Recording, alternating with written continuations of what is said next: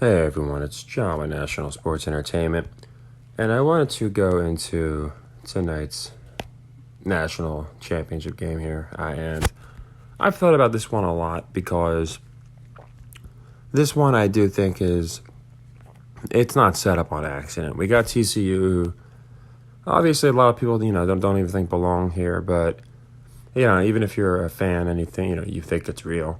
Them winning last week should have quashed all those doubts. So I don't think there's going to be any kind of talk about TCU not belonging, etc. In this tournament. Now, there's obviously the narrative of Georgia becoming the first team since the college playoff bracket to win a back-to-back. So are they going to do that? I think they are. I think they are. It's funny, and it's not just people always bringing up different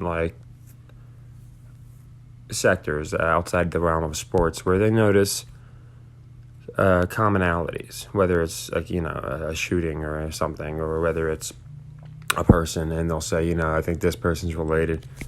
I think Herschel Walker is related to all this somehow. I don't know why, but he was speaking a lot about the Bulldogs. And I think they're going to give them the back-to-back. And I think somehow it ties in with him. And again, I don't know exactly why, but I have this feeling. Now, that's not the only reason I like the Georgia Bulldogs here. I think most of the public is going to be on TCU plus 13 because even the articles aren't really spinning. They're spinning them as underdogs. But they're saying though they're a Cinderella story, and then it'll be in parentheses that shouldn't be, or they might seem like a Cinderella story, but and it'll go into their stats on the season. So, even the articles aren't hiding that they're a pretty good team. And I think just looking at them on paper, looking at how they've played, I don't see why the public wouldn't take them plus 13. And public on the money line to try and get a nice payout that I don't think Vegas is going to pay out. So, while I think they want to keep it exciting, it'll probably be, in my opinion, pretty high scoring. I do think Georgia wins, and I think they cover because I just think too many people are going to be on TCU plus 13. And again, the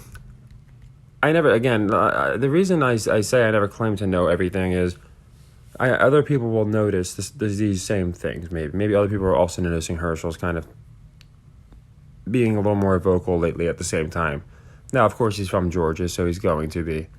But you'll see with other athletes, too, they'll randomly show up at games, or they'll just be more talkative about a particular team or game.